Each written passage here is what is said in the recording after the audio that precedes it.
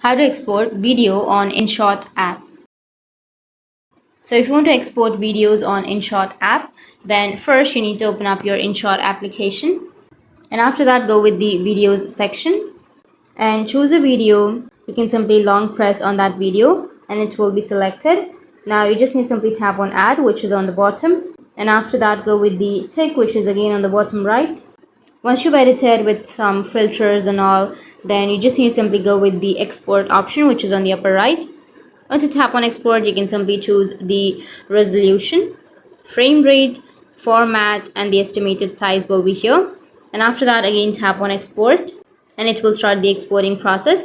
It may take some time, so you just need to simply wait for a few seconds till it converts your video to 100%. And that's it. That's how you can export your videos on Inshot. And if you have any questions, feel free to comment below. Thanks for watching.